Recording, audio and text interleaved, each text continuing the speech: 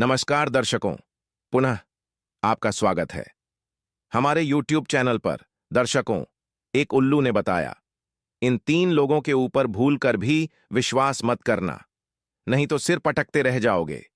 प्रिय दर्शकों, आज के इस पावन प्रवचन में हम जानेंगे कि किन व्यक्तियों से सावधानी बरतनी चाहिए और क्यों ऐसे लोगों पर कभी भी भरोसा नहीं करना चाहिए। ऐसे लोग सामने तो मित्रता और स्नेह का दिखावा करते हैं, लेकिन बाद में पीठ पीछे विश्वासघात करते हैं। इनसे सजग रहना ही जीवन में सही मार्ग पर चलने का आधार है। इस संदेश को हम एक प्रेरणादायक कथा के माध्यम से समझेंगे, लेकिन आगे बढ़ने से पहले आपको बता दें कि गरुड़ पुराण में कहा गया है कि कथा हो या सीख, अगर बीच में छोड़ दी जाता है तो वह पाप की श्रेणी में आती है। तो आपसे निवेदन है कि वीडियो को अंत तक पूरा देखें, और अगर आप एक सनातनी हैं तो वीडियो को लाइक करके चैनल को सब्सक्राइब जरूर कर लें। तो चलिए कथा शुरू करते हैं। प्राचीन समय में महर्षि गौतम का एक पवित्र आश्रम था जो एक गांव के समीप स्थित था। महर्षि गौतम ज्ञान के भंडार थे और भूत भविष्य तथा वर्तमान का गहन बोध रखते थे। एक दिन एक व्यक्ति उनके आश्रम में आया जो बहुत उदास प्रतीत हो रहा था। महर्षि गौतम ने उसके चेहरे पर चिंता के भाव देख उसे स्नेहपूर्वक संबोधित किया। हे वत्स, तुम बहुत दुखी दिखाई देते हो। ऐसा कौन सा संकट है जिसने तुम्हारे मन को इस प्रकार विषाद से भर दिया है? वह व्यक्ति करुणा भरे स्वर में बोला, हे महामुनि, मैं अत्यंत दुर्भाग्यशाली हूं। मेरी पत्नी का असमय देहांत हो गया, और उस दुख से अभी तक मैं संभल भी नहीं पाया था कि मेरे पड़ोसियों ने षड्यंत्र रचकर मेरी सारी भूमि और घर मुझसे छीन लिए। उन निर्दयी लोगों ने मेरी विपत्ति में भी मुझ पर दया नहीं दिखाई और मुझे मेरे ही घर से बेघर कर दिया। यही कारण है कि मैं इतना उदास हूं। महर्षि गौतम ने करुणा भरे शब्दों में कहा, वत्स, इस संसार में भले और दुष्ट दोनों प्रकार के लोग मिलेंगे, परंतु तुम्हें जीवन में 7 महत्वपूर्ण बातों को समझना होगा ताकि भविष्य में तुम किसी के छल कपट का शिकार ना बनो। अब मैं तुम्हें एक कथा सुनाता हूं। इस कथा से जो सीख मिले उसे अपने जीवन में अपनाना और उसका अनुसरण करना। कथा इस प्रकार है। प्राचीन समय में एक राजा था जिसका राज्य बहुत विशाल और संपन्न था। उसकी प्रजा उसे अत्यंत प्रेम करती थी और वह भी अपनी प्रजा को अपने परिवार के समान मानता था। राजा का हृदय दयालु और धार्मिक प्रवृत्ति का था। वह नियमित रूप से यज्ञ, पूजा और दान पुण्य किया करता था। इस राजा की 6 रानियां थीं, लेकिन संतान का सुख उसे नहीं मिला था। संतान के अभाव में राजा का मन व्यथित रहने लगा। उसने अनेक उपाय किए, मंदिरों में पूजा पाठ और यज्ञ कराए, साधु संतों से आशीर्वाद लिया, किंतु उसकी यह इच्छा पूरी नहीं हो पाई। समय बीतता गया और राजा की निराशा बढ़ती चली गई। राजा के दुख से उसकी प्रजा भी दुखी हो गई, क्योंकि वे भी चाहते थे कि उनके प्रिय राजा को संतान का सुख प्राप्त हो और राज्य को एक योग्य उत्तराधिकारी मिले। राजा ने कोई कसर नहीं छोड़ी, किंतु प्रजा और राजा दोनों की प्रार्थनाएं अब तक निष्फल थीं। महर्षि गौतम ने उस व्यक्ति से कहा, वत्स, यह संसार लीला और रहस्यों से भरा है। अब मैं तुम्हें एक कथा सुनाता हूं जो जीवन की गहरी सीख देती है। ध्यानपूर्वक सुनो और इसे अपने जीवन में उतारने का प्रयास करो। एक समय की बात है। एक परोपकारी राजा अपने राजमहल से दूर शिकार पर निकल गया। जंगल में शिकार करते हुए उसने एक सुंदर हिरण देखा और उसका पीछा करने लगा। हिरण के पीछे पीछे वह राजा घने जंगल में बहुत दूर निकल गया, लेकिन हिरण उसकी दृष्टि से ओझल हो गया। खोजते खोजते राजा प्यास से व्याकुल हो उठा और अपने मार्ग से भटक गया। इसी भटकाव में चलते चलते राजा को कहीं से पानी की कलकल धारा की आवाज सुनाई पड़ी। वह उस ध्वनि की दिशा में घोड़े पर सवार होकर आगे बढ़ा। थोड़ी दूर पर उसे एक झरना दिखाई दिया। प्यास से व्याकुल राजा झरने के पास पहुंचा, घोड़े से उतरा और जैसे ही पानी पीने झुका तभी किसी की मधुर आवाज सुनाई दी, आप कौन हैं? क्या आपको यह नहीं दिखता कि मैं यहां स्नान कर रही हूं? राजा ने चौंक कर पीछे देखा। सचमुच अपनी प्यास में वह यह देख नहीं पाया था कि झरने में एक कन्या स्नान कर रही है। राजा ने तुरंत अपनी दृष्टि फेर ली और विनम्रतापूर्वक कहा, हे देवी, मुझे अत्यधिक प्यास लगी थी, इसीलिए मैं पानी पीने आ गया। मुझे क्षमा करें, मैंने आपको देखा नहीं था। यदि आप अनुमति दें तो क्या मैं पानी पी सकता हूं? उस कन्या ने हंसते हुए कहा, आप अतिथि हैं, निसंकोच पानी पीजिए। मैं अभी थोड़ी देर में स्नान समाप्त कर लूंगी और तब आपको यहां से जाने का मार्ग भी दिखा दूंगी। राजा ने सिर झुकाकर विनम्रता से पानी पिया और फिर एक पेड़ की छांव में जाकर पीठ फेर कर खड़ा हो गया ताकि वह कन्या बिना किसी संकोच के अपने वस्त्र पहन सके। थोड़ी देर बाद वह कन्या राजा के पास आई और कहा, अब यदि आपको और पानी पीना हो तो पी लीजिए। क्या आप भूखे हैं? मेरे पास कुछ फल हैं, यदि आप चाहे तो खा सकते हैं। राजा ने मुस्कुराते हुए कहा, नहीं देवी, मैं प्यास तो बुझा चुका हूं। कन्या ने टोकरी से कुछ फल निकाले और झरने के पानी से धोकर राजा की ओर बढ़ाते हुए आग्रह किया, आप अतिथि हैं, यह फल खाइए। मेरा कर्तव्य है कि आपकी सेवा करूं। राजा ने उस कन्या की उदारता और सरलता को देखकर प्रसन्नतापूर्वक फल ले लिए और पूछा, आपने अभी तक अपना परिचय नहीं दिया। आप कौन हैं और इतने घने जंगल में अकेली क्या कर रही हैं? कन्या ने उत्तर दिया, मेरा नाम गायत्री है। मैं पास के गांव कांतापुरी में रहती हूं। मेरे परिवार में मेरी माता ही हैं। हम दोनों जंगल से फल और लकड़ी इकट्ठा करते हैं और उन्हें बेचकर जीवन यापन करते हैं। घर के पास थोड़ी सी जमीन है जहां हम अनाज और सब्जियां उगाते हैं, जिन्हें बेचकर हम अपना खर्च चलाते हैं। राजा ने उस कन्या की सरलता से प्रभावित हो गया। गायत्री ने मुस्कुराते हुए कहा, राजन, मैंने आपको बताया था कि मैं प्रतिदिन इसी समय यहां आती हूं। सुबह लकड़ियां लेकर मां को देती हूं, फिर फल लेकर वापस आती हूं। उसके बाद भोजन करके हम फल और सब्जियां बेचने के लिए बाजार जाते हैं। आप मुझे हर रोज इसी समय यहां पाएंगे। यदि आप चाहें तो मेरे गांव भी पधार सकते हैं। राजा गायत्री की सरलता और निश्चलता से मोहित हो गया और अपने महल लौट आया, लेकिन उसका मन गायत्री में ही रमा रहा।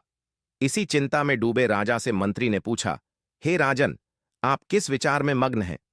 राजा ने अपने मन की बातें मंत्री को कह सुनाई। मंत्री ने राजा से विनम्रता से कहा, हे महाराज, यदि गायत्री से आपका ऐसा अनुराग है तो उससे विवाह कर लेना ही उचित होगा। संभव है कि इसी से हमारे राज्य को एक योग्य उत्तराधिकारी प्राप्त हो। मंत्री का यह सुझाव राजा को उचित लगा और अगले ही दिन वह मंत्री को साथ लेकर गायत्री से मिलने के लिए निकल पड़े। जब वे झरने के पास पहुंचे तो राजा ने गायत्री को पुकारा, लेकिन आज गायत्री वहां नहीं थी। कई बार आवाज देने के बाद भी कोई उत्तर नहीं मिला।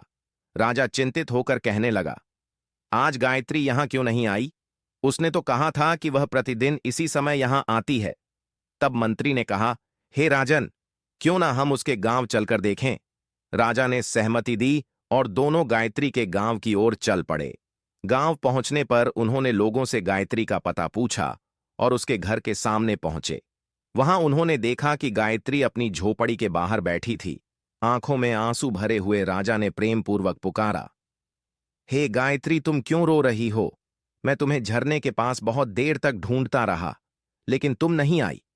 एक ग्रामीण ने राजा से कहा, बाबूजी, इसकी मां ही इसका सब कुछ थी, पर दुर्भाग्यवश उसे सर्प ने काट लिया और उनकी मृत्यु हो गई। अब यह बेचारी अकेली रह गई है। अब बताइए, ऐसे में यह ना रोए तो क्या करें? मंत्री ने ग्रामीणों को राजा का परिचय दिया और यह सुनते ही गांव में उत्साह फैल गया। सबने राजा का हृदय से स्वागत किया। राजा ने गांव के मुखिया से कहा, मैं गायत्री से विवाह करना चाहता हूं। क्या आप लोगों को कोई आपत्ति है? मुखिया ने प्रसन्न होकर कहा, महाराज, हमें इससे बड़ा सौभाग्य और क्या मिलेगा कि हमारी बेटी रानी बने। यह गांव अब आपका ससुराल होगा।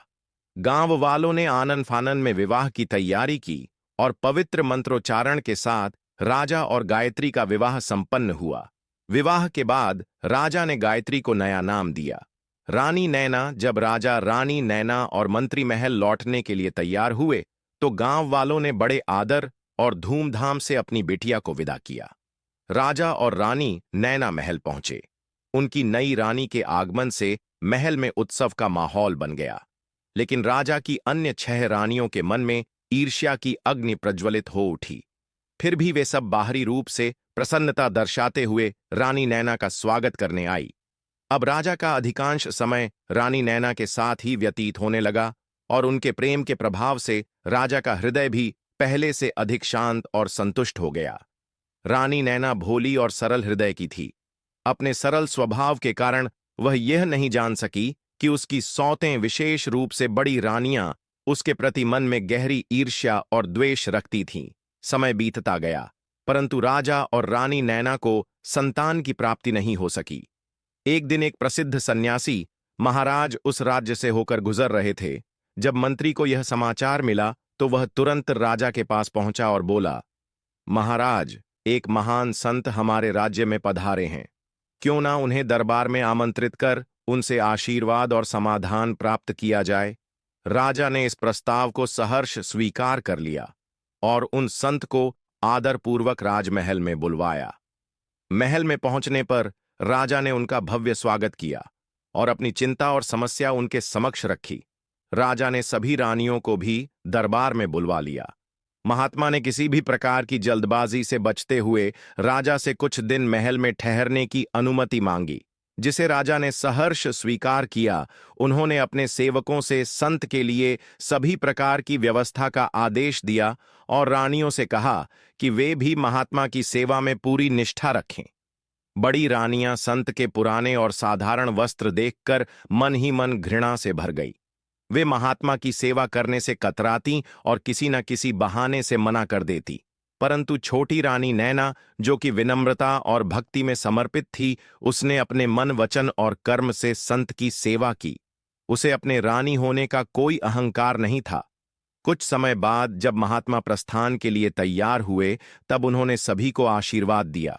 जाते समय उन्होंने रानी नैना को अपने पास बुलाया और कहा, पुत्री, तुमने अपनी सेवा और भक्ति से मेरा हृदय प्रसन्न कर दिया है। तुम्हें बहुत शीघ्र संतान का सुख प्राप्त होगा और इस महल में बच्चों की किलकारियां गूंजेंगी। राजा और रानी नैना ने यह आशीर्वाद सुनकर महात्मा के चरणों में श्रद्धा से प्रणाम किया। कुछ ही समय बाद नैना ने राजा को यह शुभ समाचार दिया कि वह मां बनने वाली है। राजा की प्रसन्नता का कोई ठिकाना नहीं रहा। उन्होंने पूरे महल को नैना की सेवा और देखभाल के लिए नियुक्त कर दिया। उन्होंने कुलगुरु को निर्देश दिया कि प्रतिदिन रानी को प्रेरणादायक और धर्म से जुड़ी कथाएं सुनाई जाएं, ताकि उसका मन प्रसन्न और शांत रहे। जब रानी नैना के गर्भवती होने का समाचार पूरे राज्य में फैला तो चारों ओर हर्ष और उल्लास छा गया। सभी प्रजा ने इस शुभ समाचार से खुश हुई, परंतु बड़ी रानियां भीतर ही भीतर ईर्ष्या से जलने लगीं। वे सोचने लगीं, राजा तो पहले से ही नैना को सबसे अधिक प्रेम करते हैं, अब उसके पुत्र के जन्म के बाद तो उसकी महत्ता और भी बढ़ जाएगी और हम सबकी कोई पूछ न रह जाएगी। समय बीतता गया और नैना के प्रसव का समय निकट आ गया। इसी बीच राज्य की सीमा पर विद्रोहियों ने हमला कर दिया। राजा ने पहले सेनापति को भेजा, पर वह असफल रहा।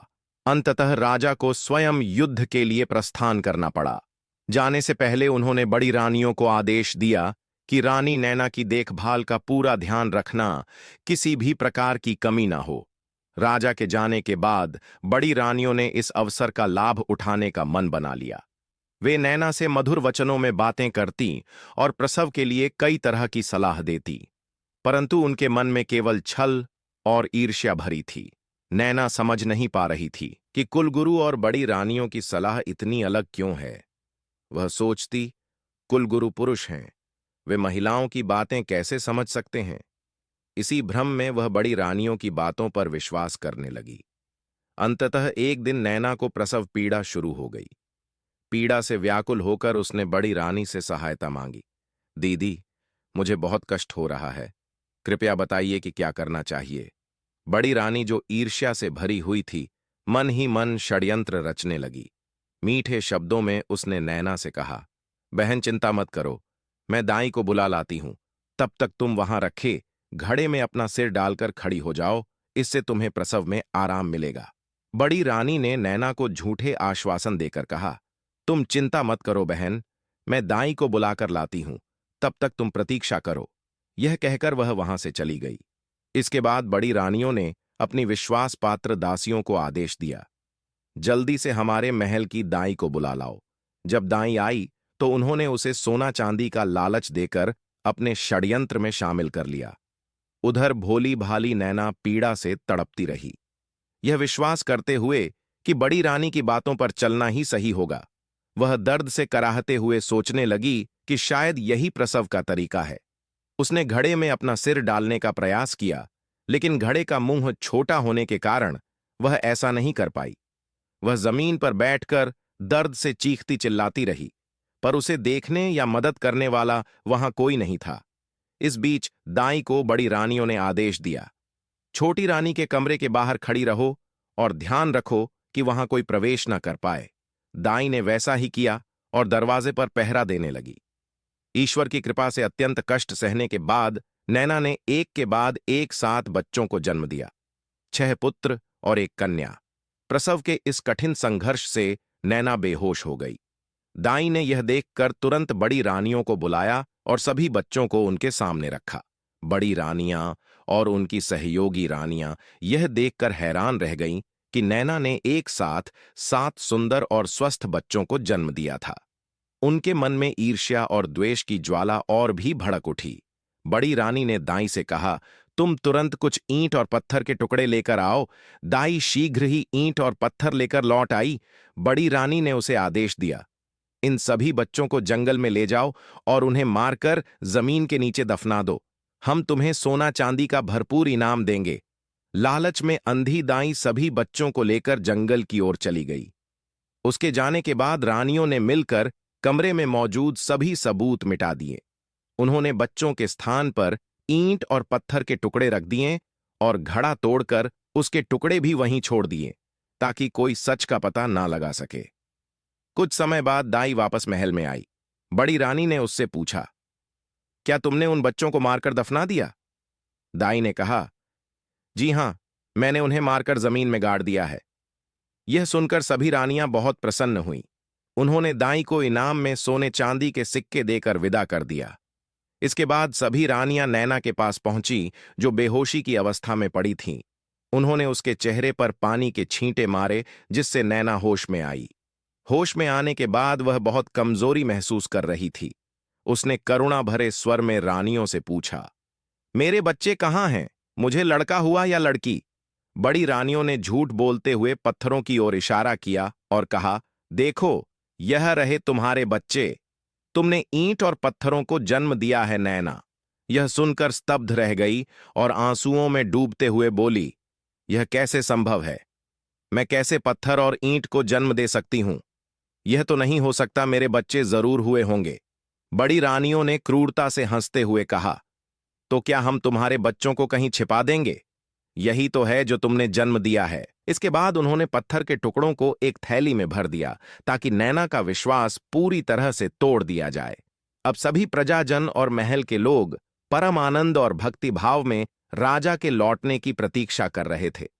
छोटी रानी, जिसे सब लोग रानी नैना के नाम से पुकारते थे, भीतर से अत्यंत चिंतित और व्याकुल थी। वह इस बात को लेकर समझ नहीं पा रही थी कि ऐसा कैसे संभव हुआ कि उनके गर्भ से ईंट और पत्थरों का जन्म हुआ। कुछ समय बाद राजा युद्ध में विजय प्राप्त कर महल लौटे। नगरवासियों ने राजा के स्वागत के लिए भव्य आयोजन किया, परंतु लोगों के चेहरों पर वह उत्साह और उल्लास नहीं दिख रहा था, जिसकी राजा ने कल्पना की थी। राजमहल में भी वातावरण कुछ अजीब था। सभी रानियों ने राजा का सम्मान स्वागत किया, परंतु छोटी रानी नैना का चेहरा उदासी से भरा था, जबकि अन्य रानियां प्रसन्न दिखाई दे रही थीं। राजा ने इस विचित्र स्थिति को भांपते हुए छोटी रानी की ओर देखा और कोमलता से पूछा, रानी नैना, क्या कारण है जो तुम्हारा मन उदास प्रतीत हो रहा है? इससे पहले कि रानी कुछ कह पाती, बड़ी रानी ने अवसर का लाभ उठाते हुए व्यंग्यपूर्वक उत्तर दिया, महाराज, भला यह कैसे प्रसन्न हो सकती है जब इसका छल उजागर हो चुका है? राजा को कुछ समझ नहीं आया। उन्होंने गंभीर स्वर में पूछा, आपके कहने का तात्पर्य क्या है? बड़ी रानी ने गहरी सांस लेते हुए कहा, महाराज, जब आप युद्ध में थे तब हमें धोखे में रखा गया। नैना ने गर्भवती होने का ढोंग रचा और अंततः ईंट पत्थरों को जन्म दिया। आप स्वयं चलकर देख सकते हैं। राजा विस्मय से भर उठे। वह बड़ी रानी के साथ नैना के कक्ष में पहुंचे, जहां उन्हें सचमुच पत्थर और ईंटों के टुकड़े दिखाए गए। यह दृश्य देखकर राजा का हृदय दुख और निराशा से भर गया। उन्होंने नैना से क्रोधित स्वर में कहा, यह तुमने क्या किया? यदि विधि का विधान यही था कि हमें संतान का सुख नहीं मिलना है, तो हम धैर्य से स्वीकार कर लेते। परंतु तुमने हमारी सबसे बड़ी आशा को छल से तोड़ा। हमने तुम्हें प्रेम और सम्मान दिया, पर तुम इस सम्मान के योग्य नहीं निकली। अब तुम हमारी रानी नहीं, महल की एक दासी मात्र हो। तुरंत यहां से चली जाओ, नहीं तो क्रोध में मैं कुछ अनर्थ कर बैठूंगा। राजा के कठोर शब्दों से आहत होकर छोटी रानी ने अश्रुपूरित नेत्रों से महल छोड़ दिया और एक कोने में बैठकर रोने लगी। उसके जीवन में कठिनाइयों का दौर आरंभ हो गया। महल की अन्य रानियां उस पर अत्याचार करने लगीं। उसे दासी का जीवन जीने पर विवश कर दिया गया और महल की सफाई जैसे कठिन कार्य उसके सिर पर डाल दिए गए। रानी नैना का हृदय भारी दुख से भर गया था, पर उसके पास अपनी निर्दोषता सिद्ध करने का कोई उपाय नहीं था। रानी का मन अक्सर यही सोचता कि उसके बच्चों का क्या हुआ। कई बार उसके मन में विचार आता कि वह महल छोड़कर अपने गांव लौट जाएं। कुछ समय बीतने पर राज्य में एक अजीब घटना घटित हुई कि कुछ बांस के पेड़ हैं और उनके बीच में एक चंपा का पौधा जो बहुत ही सुगंधित महक देता है। और प्रजा को सबसे बड़ा आश्चर्य ये हुआ कि वे पौधे आपस में मनुष्य की तरह बोलते भी हैं। जब भी कोई उन चंपा के फूलों को तोड़ने का प्रयास करता है, वे आपस में बोलना प्रारंभ कर देते हैं। जब यह घटना राजा को मालूम हुई, तो राजा ने अपने मंत्री को इस घटना की पूरी जानकारी लेने के लिए वहां भेजा। यहां तक की कहानी आपको कैसी लगी, हमें कमेंट बॉक्स में जरूर बताएं, जिससे हम इससे आगे की कहानी आप तक पहुंचाएं। चलिए मिलते हैं फिर वीडियो के अगले भाग में। धन्यवाद।